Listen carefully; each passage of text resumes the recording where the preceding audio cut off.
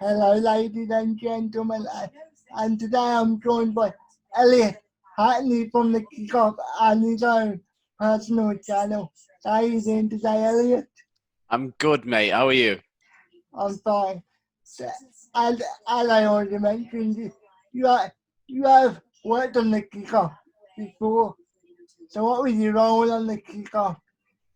On the kickoff, I was on the brand side. So I originally was working for Ladbrokes Coral. Coral were the sponsors.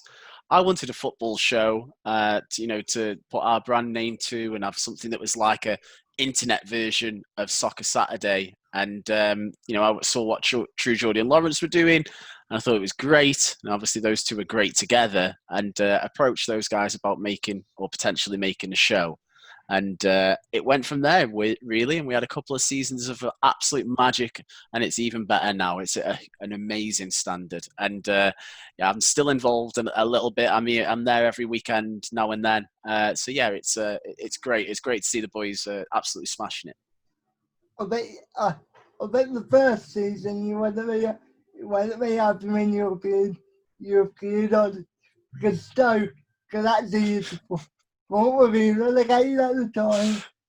Yeah, it wasn't a fun season for me being on there every week, so they could just laugh at my expense of Stoke going down. So yeah, it wasn't the greatest of seasons for me, my team wise, but yeah, it was great for the guys in the first season of the kickoff. So obviously, obviously spoken about how Stoke have just been saved from relegation. Excuse me. So do you think they could come up next? Why not next season? But the season after that. After that. You never know next season. You never know next season, mate. Michael O'Neill's come in and turned it around, and it looks like he's steered us to safety. Well, he has steered us to safety, and he's got this team playing. Maybe a few of the deadwood out, a few players in. We could potentially go up next season, or we could have a chance at least. So I won't rule it out for next season. If not next season, then the next. But either way, get us in the Premier League soon, please. I am missing it. But don't you think you play obviously I don't watch you every week of course. But And you well, don't want to, mate. You don't want to watch us every week. nah, probably not. But what I was gonna say was, sometimes when teams get relegated into the championship, they can play a bit of football because that's their quality of football. So wouldn't you be concerned that if you come back up, it would just be yo-yo effect again? Uh, Yeah, I guess so. That's always the worry. You're doing a West Brom, boing boing, baggies, boing boing. That's always the worry, mate. But hopefully, we've got decent owners who own a massive gambling company. Got a few pennies, so hopefully, if we were to come up, they could spend a little bit and keep us up there. And we had 10 years in the Premier League, and another 10 I'd take right now. So, so before you got relegated this time, you wasn't really. I wouldn't have considered you a yo-yo club because being in the top flight for a decade, it's no easy feat. It's absolutely not. I mean, many clubs come up and they don't last too long. You look at your Huddersfields of the world who lasted for 2 seasons, and now they've just avoided relegation in the Championship like we have. And West Brom, as we say there, boing boing baggies, they're up and down. Norwich are up and down at the minute. It is difficult to go into the top flight and establish yourself. But maybe teams like Sheffield United who've gone up have got a real good chance of that. Crystal Palace have established themselves, let's be honest, apart from Wolf.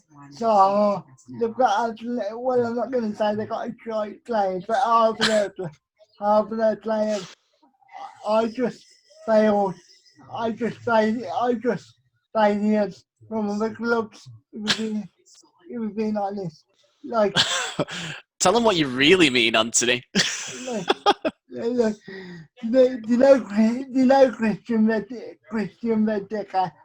I remember when he was at the Villa, my family support Villa. I can remember when he was at the Villa, he was a really highly rated striker in the Premier League. And then he went to Liverpool, and it never really worked. It never really worked for him, did it?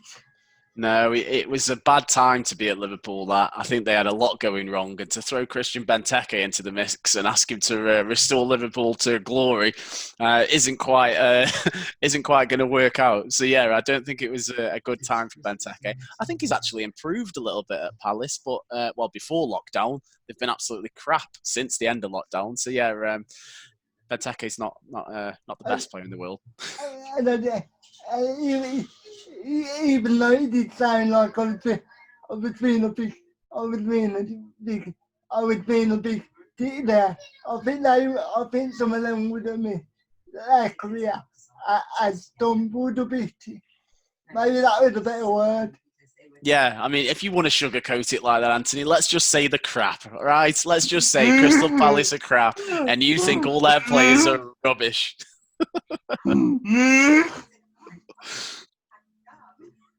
To be fair, I do think certain players get too much stick at times, and I think certain other players that should get a bit of stick don't, because they're more likeable than other players.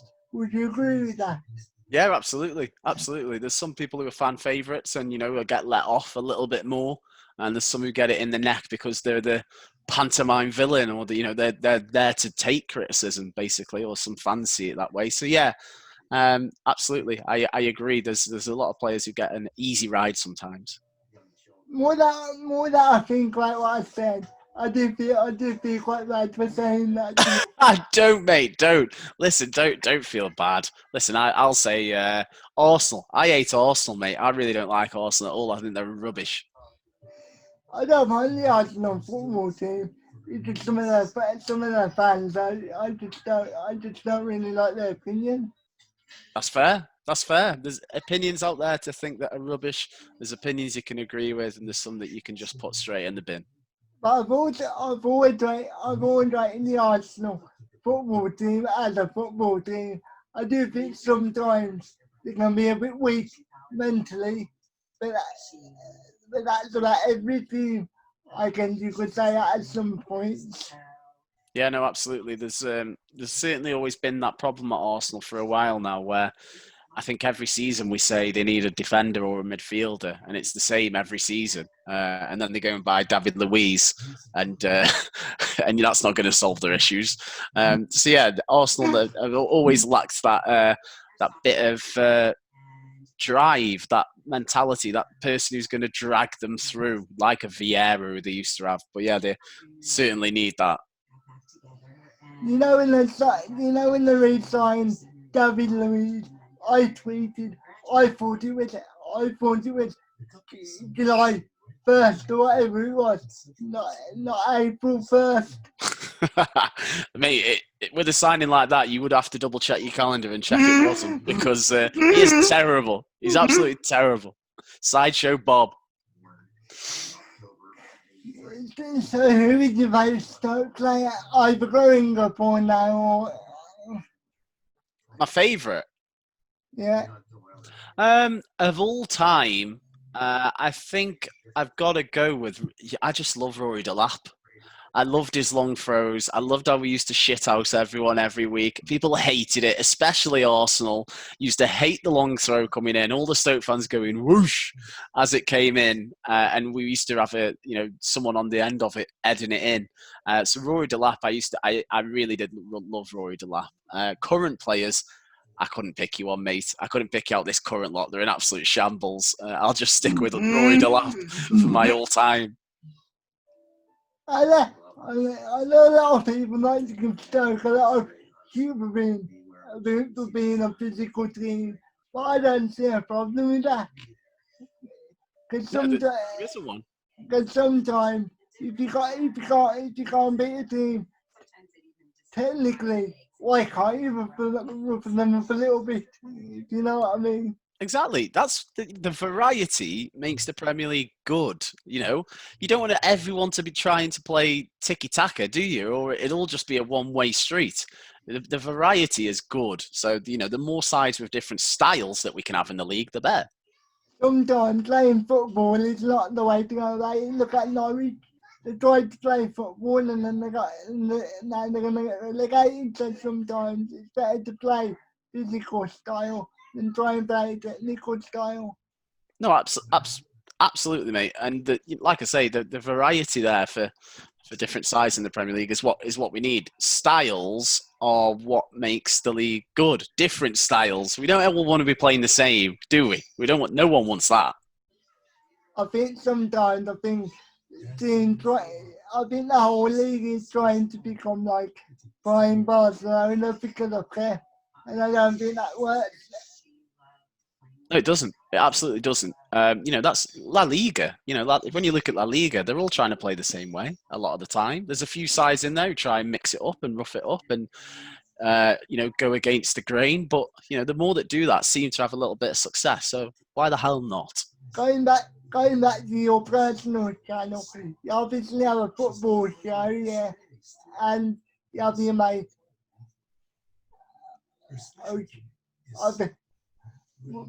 My bad, I completely forgot what he's left. Dave, that idiot Dave is who you're talking about. Cause you know when I hear the name Dave, I instantly think of Blue Van Man, yeah.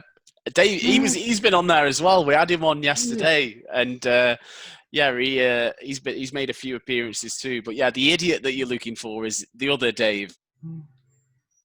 You met him in a proper quiz. Why you didn't meet him, but you had him on one of your interactive quizzes, like virtually.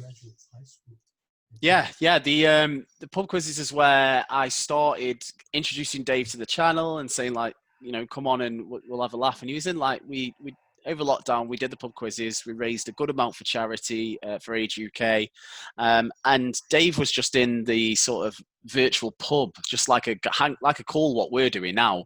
And Dave was on that, and basically he was necking drinks every weekend for people donating, and he did a bottle of wine at one point in one go, and he did nearly a whole bottle of whiskey at one point. So I'm not sure how he's still alive, but he is, and thankfully it helped raise a lot of money for charity. But yeah, that was the intro, and now he's doing the football streams as well. So yeah, my idiot friend Dave is now a decent part of the channel. Yesterday I actually saw your stream with Blue Van Man, as I mentioned earlier, and I also saw earlier as the stream as the stream was going on, yeah.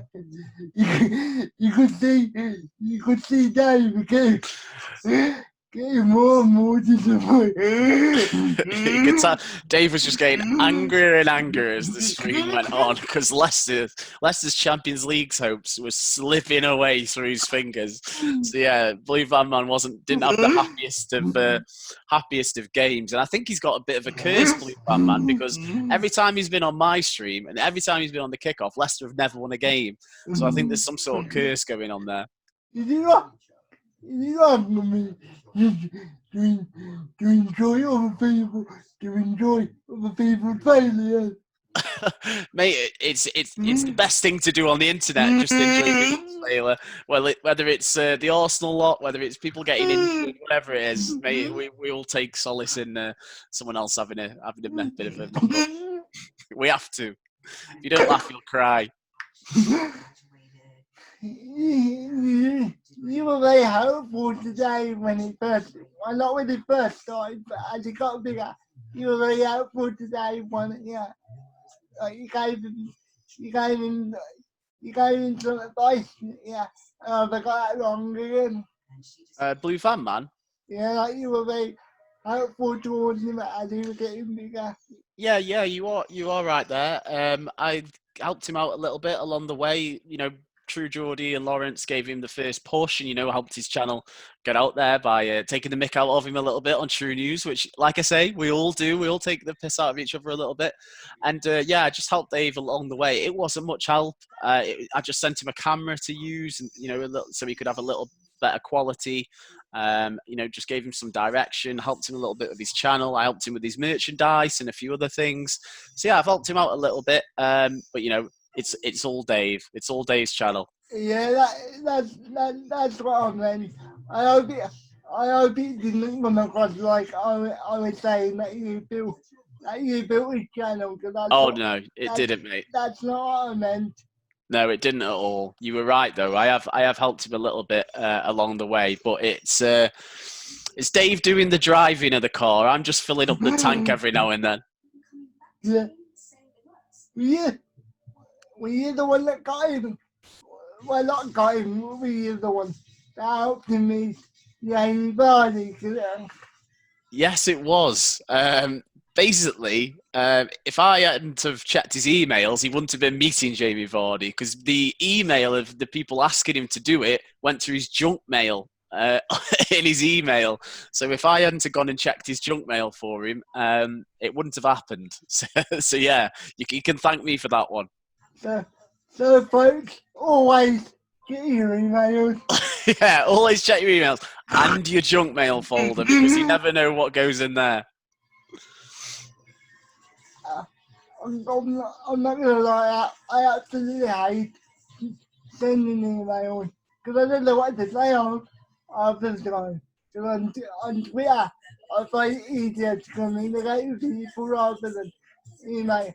Obviously, I don't mind sending email. Like if it's somebody that's not on social media, you have to know, yeah. But I prefer to send like DMs and that. Yeah, no, definitely. I'm not a big fan of emails. I'd prefer if we could all do it via WhatsApp or DMs or tweeting each other. That'd be my preference. But yeah, emails aren't fun. I obviously, if people want me to send an email, obviously I won't payment or something else. Um, That's I alright. I usually I have to deal with emails a lot, whether I like it or not. I have to deal with emails because of work, and I have to send emails a fair bit. So sometimes I don't have a choice in the matter. So I just send the emails. To be fair, I don't think it's the actual email. It's the actual email that I don't like. It's the amount of time that it takes some bit. Obviously, I've tried that. I've tried not to. I've tried not to sound like I'm moaning bitch here. No, you don't. You don't, mate. You don't sound like one. But it's just the amount of time it takes people to respond. I thought, when somebody sends me a DM, I can respond to it straight away. And if somebody sends me an email, it might take me a day or two to respond to it. Yeah, that's the beauty of social media. It's just quicker. It's just faster. You can get things done. I'm, I'm sure certain people are going to read into that and say, I'm being ungrateful little bit. I don't think they will, mate. I think you'll be fine. I don't think anyone will say that. My problem is, yeah, I always tend to overthink things too much. So even going back to when I called the football, football player, try in the back of my mind, yeah. I was like overthinking, like, should I really say that? And things like that. Yeah, there's, I guess, social media is a different place for a lot of people. There's people who use it for good, people who use it for bad. There's an argument at the minute about people saying, should people have to sign up with their ID, so everyone's sort of registered in a way, so there can be no anonymous accounts. Yeah, it's a strange place, isn't it, social media? But I'd never say, I don't think I'd ever like it to get to the point where you have to put in all your details. I don't think I'd like that world. And plus, they would never do that, because then it would turn people off from using it, wouldn't it? So I don't think they would ever do that. Like the social media companies, I don't think they would, unless the actual law that came in that forced them to do it. I don't think they will do anything like that. Yeah, I don't think we'll be. If they do, I guess it'll be in the future. I don't think we'll be seeing that anytime soon. Yeah, because sometimes, yeah, my brain goes like 20 seconds ahead of my mouth. No, sorry, my mouth goes about 20 seconds ahead of my brain. So sometimes I would say something, and then once I thought about it, I would say to myself, do I really want to say that? Mate, it happens all the time. Sometimes you can't think what you're going to say, just comes out, and then you're in a whole load of trouble. Like, do you know what they're called? Half of the Palace team. Yeah, in the back of my mind. Yeah, I was thinking to myself, do I really want, do I really want to say that? Because I don't, the one thing I would say about me is I don't like the slang, and I don't really like to slag people off if I can help it. I know, but you love slagging off the Palace team. You've absolutely loved that one. To be fair, even that, I was predominantly talking like Christian Yeah, Benteke. never mind the Palace team. Let's focus it all on Christian Benteke. He is terrible, and Anthony Messi the worst player in the world. You know people play for your team when they play for your team, yeah, and then they go somewhere else, and then they become crappy. Yeah. You can basically can think to yourself, what's happened there? Yeah, there's a few players that have done that in our time at Stoke. There's some players who've left and gone on to be good. Some who've gone on to be great. But for me, the one that is making me feel a bit strange at the minute is we had Eric Peters, a left back, and he was crap for us, and he was part of the side that got us relegated, and now he's playing for Burnley, and they're winning every other week, and they're mid-table in the Premier League, and he's still going at like 33 or 34, and I'm like, what's going on there? But it seems to be going well for him, but I've got no idea how he's doing it. At, at some point, I would like to get a sports psychology done to really dive into that because I'm really fascinated by that. 'Cause, Even even though I say she, I obviously don't think nobody becomes shit overnight, do they? Like, there must be some psychological reason why he's not performing. Yeah, there's definitely psychological barriers that come into the game, and I'm not a sports psychologist by any means, but yeah, there's definitely confidence issues that can come into play, and the prime example of that has been Jack Butland at Stoke. When you speak about psychology, because his head has fell clean off, and he's gone from being one of the most talented and up and coming keepers in England to not even being able to get in the Stoke side at the minute. So that's a prime example of confidence and the psychology around it.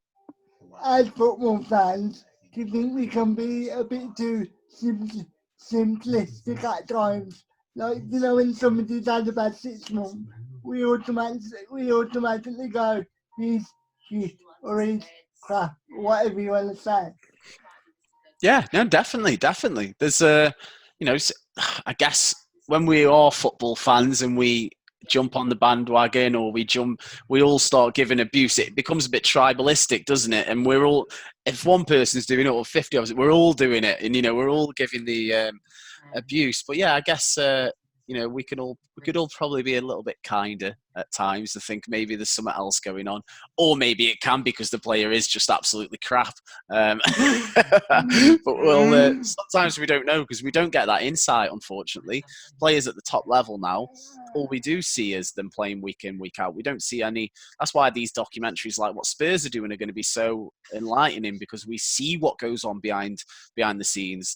We get that chance, and maybe when that happens, we can then connect with these players a bit more and understand a bit more and let them off for potentially having bad games and things if we know what's going on. Like, when he retired, yeah, I would love to get something like Jack, Jack Butland or Gerrard or even Christian, Mr. Christian. they take out the podcast and basically say to them what went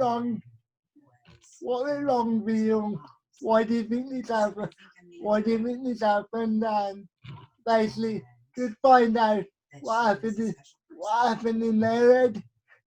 Yeah, definitely. There's that'd be a great podcast. That'd be an unbelievable podcast. Seeing you absolutely hammer Christian Benteke for being awful and say to him, "Why are you so crap?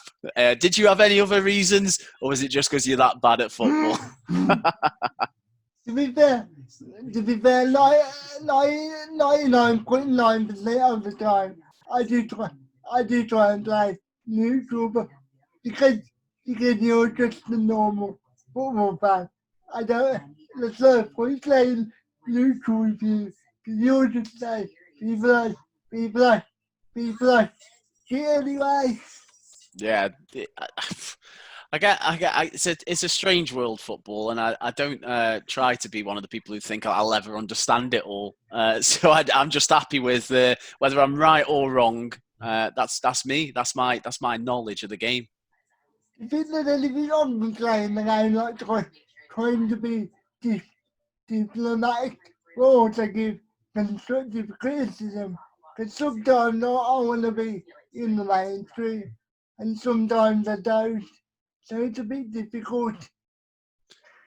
I think I definitely think there's a big plus to being honest and giving whatever feedback that may be, no matter if it's it's as hard as it may be to hear for the person. I think it could definitely be valuable. I guess it's just how you phrase it and how you go about it. Do you just absolutely hammer someone and say, well, it's true? Or like, do you take a very keen route where you're just going to upset people, or do you try and deliver it in a softer way? That's what you've got to probably try and get right. That's probably the difficult bit. See, that's right. That's even see, that's what I'm trying to do. Even though I said he was, yeah, I should have said he hasn't been performing very well lately. Yeah, that's the nice way to put it. Cause I genuinely do try to be a nice person. Because if somebody like say if a random person called me yeah, he would have probably had something. What would be who the hell are you? Yeah, no, absolutely. I think you've done it right, though. I think you've got it spot on when you said that he was crap in the first place. So I don't think you need to change the way that you're delivering that message at all. You know his college played me like, yeah. At the end of the game, he got himself sent off at the end of the game. Like, how do you do that? There's a few people who are very good at that. People who get managers who get red cards, subs who get red cards. The best example of someone ever getting a red card with the game not even being happening or not even being a part of it was actually against Stoke. And when Rory Delap had the long throw, Dean Windass started trying to warm up in front of him, so he couldn't do the run up and do the throw. And Dean Windass got booked on the sideline for trying to stop him from taking a throw in. So that's probably one of the best examples I've ever seen of that. Yeah, as I say, I always try and be balanced, but sometimes I do turn into a bit of a lad sometimes. Lads. That's what you're all about. Yeah, but I do try and be fair a lot of the time. Yeah, I mean, mate, you do you. Whatever you think feels right. If you want to hammer someone for playing badly, do it. If you want to be fair, be fair. I think you'll get it right. You're a pretty good judge. Because I can already tell in the back of my mind. Because I keep on bringing it up. I don't feel comfortable. I don't feel comfortable with it. So that's how I know. I don't. That is not for me. Yeah, I think that's when you know inside. When you know if you're when it feels right what you're doing, then you know whether you're taking the right approach or not. If it feels wrong, you've probably done something wrong. Yeah. So anyway, I'll go back to your channel very quick. How did you come up with your logo? I know it's not a complicated one, but I do really do like your logo. My live streams. No, do you know like your avatar? Oh Is, yeah, is that just a normal picture or have you done any Photoshop for it? that is just a normal picture, you know. That as well as it's been. Don't tell my girlfriend because she took that. She'll be thinking that she's a great photographer now. That's just a photo. That's just me having a pint with my PSG top on. Um, so yeah, my profile picture on Twitter is me at the kickoff. Or actually, I think it's a picture Roven, one of the cameramen at the kickoff, took when we were doing a knockout stream for one of the fights, because you can see Believe in Bruce in the background. So, yeah, the Twitter one is with Believe in Bruce, and my YouTube picture is me in a PSG kit having a pint. So, yeah, I've just, they're not photoshopped, they're just normal pictures. Believe in Bruce. I think he would be an interesting person to get on. 'Cause obviously, he, he understands that psychology and so I think what I was saying earlier. I think he'll be an interesting person to speak about it. He would be a very interesting person to speak. And do you know what? I could probably drop him a message, and I think he'd definitely come on. So yeah, I think we've just secured a guest for you there. I think Bruce would come on, and I know you wanted a psychologist, so that is perfect. Yeah, because it's not only in football, like, boxing, like some fighters, you can tell that they've already beat them before they even go into the ring. And sometimes, even at the weigh-ins, you can tell that they're defeated. Yeah, no, definitely. That's what Bruce knows. Whether it's boxing, whether it's I think he did an analysis on the Will Smith, Jada Smith video the other day, all the drama. I think he did an analysis of that. So not only can he predict boxing fights and, from the weigh-ins, from when they do the face-off and all that sort of stuff, but he can do it in normal situations and apply it to that as well, which is great. Yeah, because I do think as a society we are very judgmental about people about situations without knowing anything about the situation. No, absolutely. I definitely agree with that. There's nothing more judgmental than trying to work out if someone's lying or not than if they've how their hand is on the table or if they're if they've got their arms crossed. But Leaving Bruce does a good job of it. He does a very good job of it, and his channel's flying. I think he's closing in on 100K now. I think so. Well done, Bruce. He's had a great year on YouTube. But what I would say about Bruce is he will give some sort of opinion to it. Like some people, they would just look at somebody and say you're lying and not basically explain why they think a person's lying. If you know what I mean. Yeah, Like, he gives it a lot of thought, doesn't he? yeah, that's basically what I'm trying to say. Because some people, they just put something out there, and not really explain why they think like that. Yeah, no, absolutely. Bruce not only is able to break down what he thinks they're doing from their body language, but he's also to give the reasoning behind it and provide examples from when he's sort of seen that before. So it is well researched, and as you say, I think he's got the qualifications in it. I hope he's got the qualifications in it. I don't think he's just done this out of nowhere. So yeah, he's a great guy, Bruce, and he's becoming he's becoming a bit of a regular on the knockout on True Geordie's channel. So yeah, it's great to see. Because I would love to find out what goes on inside the athlete's head when they hear people criticising them, whether they get emotional, whether they get all psychologically, whether they get psychologically fearful, or whether they have whether they have that mentality of, okay, I'm going to prove you wrong. Yeah, no, absolutely. Absolutely, and I think there's no better man than Bruce, because I'm not going to sit here and try and explain all that to you because I haven't got a clue. So I think there's no better man than Bruce to get on your podcast. And do you know what? I'm going to send him a tweet right now and say that he's coming on your podcast at some point, and we'll get him sorted for you, mate. Obviously, obviously, obviously, there's no rush because I want to wait till at least Friday till my till my internet till my internet's sorted. Because what I don't want him to come on and allow him to repeat everything that he just said. You No, know, I'm sure he'll come on and he'll have plenty to talk about sports psychology, fighting, all sorts. He'll probably even tell you about his Dickibo collection. And I'm sure that Bruce has got plenty to say, and he'd be a brilliant guest for you whenever you've got some time and whenever he's got some time. I'm gonna pre-warn you that you know where I call the Palestine crap. I'm probably what have I said? I'm probably gonna remove that bit. I hope can you Leave do it in. Leave it in. They are crap. They are crap. Leave it in, mate. It'll be fine. can you genuinely not real? Cause I'm still thinking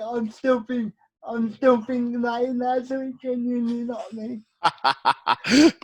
Oh, mate, it was funny either way, whether you meant it or not. You've apologised now anyway, so it's fine. Leave it in. So, obviously you play football on the very low level. Are you really good? I'm okay. I like to think I'm all right. I'm okay. We play five-a-side every now and then. It's me and some of the other YouTubers. We've got a little YouTuber DM group where we arrange games. We played last night actually. First game back in a long time, about 5 months. There was a lot of us, and Lawrence McKenna, may I add, was on fire. I know he scored in another way and got a baby recently, but he was scoring on the pitch as well. He scored about 5 or 6 goals last night, so Lawrence was on fire. Yeah, he don't target at the moment. He is on target in many ways, in more than one way. He was scoring for fun. He was like a young Ronaldinho last night. Did you play in the Wembley Cup? I did. How was it from your perspective? It was great. It was great. It was a tough game against the F2. We beat in the preliminaries, before we played at Wembley. But it was just the occasion. I've actually played at Wembley before that. Funnily enough, not with any crowd or anything. But my team who I used to play with back in Stoke, we got to the finals of the five-a-side championships somehow, and the finals were at Wembley. So I'd actually played there before, so it didn't faze me going back there. But it was a great experience to have like 25,000 people watching you, and it to be live streamed. I hardly had any touches of the ball because I was up front and we were up against it all game. But I did a 1-2 with Cafu, so I'll take that. I'll absolutely take that. Yeah, I thought that you guys were the only team with any interest. The other teams, I'm not going to say nobody cared, but there was no real fan support for them. Like, obviously, hashtag our big team now, and they're doing some amazing things. But all the other teams were just pointless people there. I run the football team. No, absolutely. I think nothing proves that our side was the most popular. That when we got knocked out, the stream dropped by 150,000 viewers. So yeah, we were definitely the favourites, I think. Because on YouTube, nobody wants to see like a proper football on YouTube. They want to see mediocre players with some personality.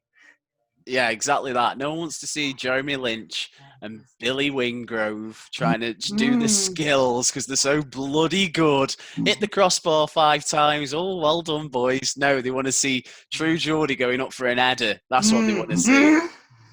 I think you guys would have broken the stream if True Geordie would have scored. Mate, if True Geordie would have scored, I think the stadium would have erupted. I think we'd still be celebrating now. You know, in the preliminary game here, was that your game when there was a load of controversy about the time? Yeah. Yeah, the game. So that was the game in the prelims. We won 1-0, and then at the end of the game, Billy Wingrove and Jeremy Lynch, not being sore losers or anything like that, went up to the referee saying, "You've stopped 2 minutes short or a minute and a half short of what it should have been according to their cameras." Now, on the video, that seems as if they took that very well and just graciously accepted the result. But we actually had to wait another 2 hours for them to debate it and calm down. So yeah, we got there in the end. But yeah, they're a little bit prima donnas, them pair. Yeah, obviously, I've spoken to people privately in the club, and they told me that sometimes they can be a bit educated about certain things like that. Where do you see your channel going in the future? Like, where do you want it to go? I'd love to keep doing the football streams and trying to keep taking them up a notch and up a level. My idiot mate Dave, I definitely want to do more videos with him and get him on the channel a little bit more, and definitely doing some stuff together, whether it be some challenges against each other, maybe like doing strange tasks or sports against each other and doing that sort of thing. That'd be great. And definitely some more stuff with Lawrence and Brian as well. There's definitely some stuff we can do together, and I've got plenty of ideas, and hopefully we can, keep making this number go up, these subscribers. Hopefully we can get to 20k soon and then go from there. But yeah, I'm pretty pleased with everything I'm doing at the minute. But there's definitely still some room for new content and for improvement. You could do that. You could create some drama. You could create some drama, and then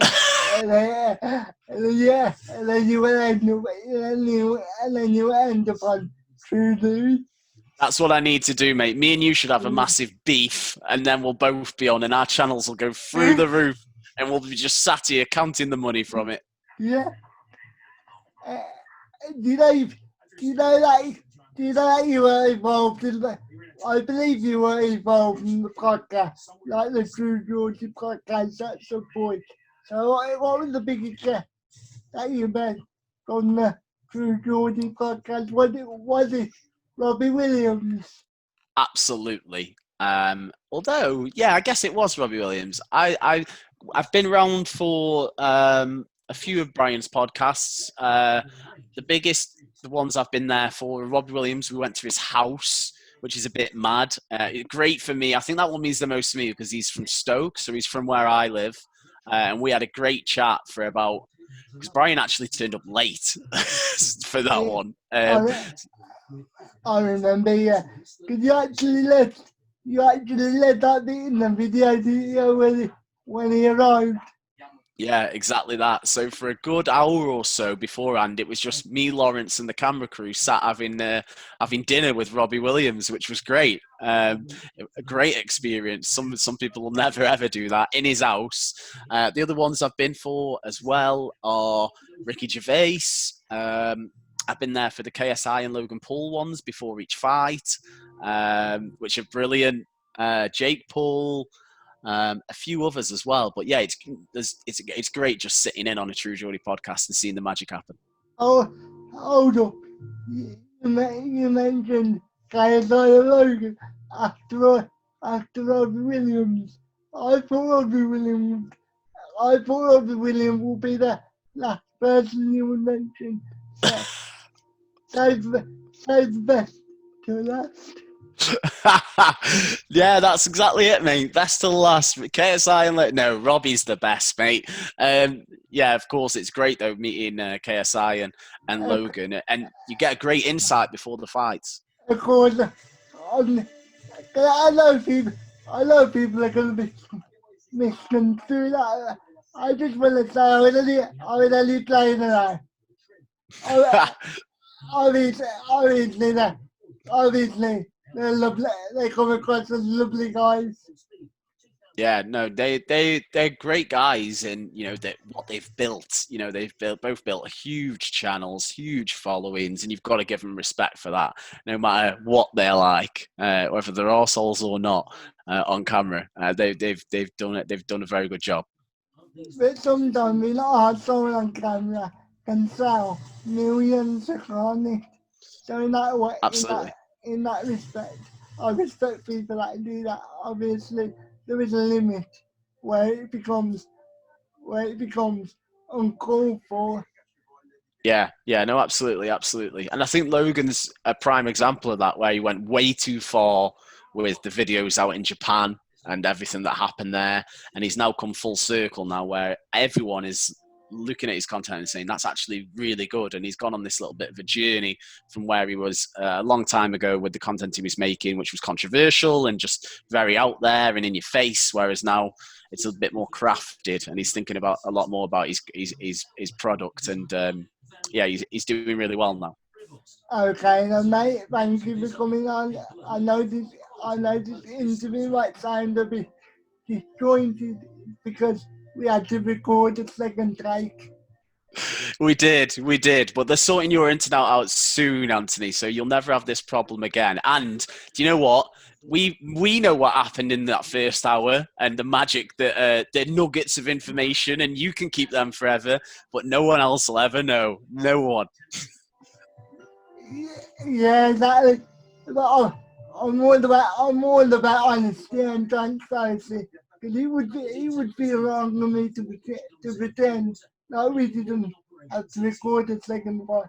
Because I think this one, it didn't feel as natural as the first one did, obviously. Yeah, no, you've smashed it, mate. Either way, and I'm happy to sit here and record as much as you want. So no problem at all with that, mate.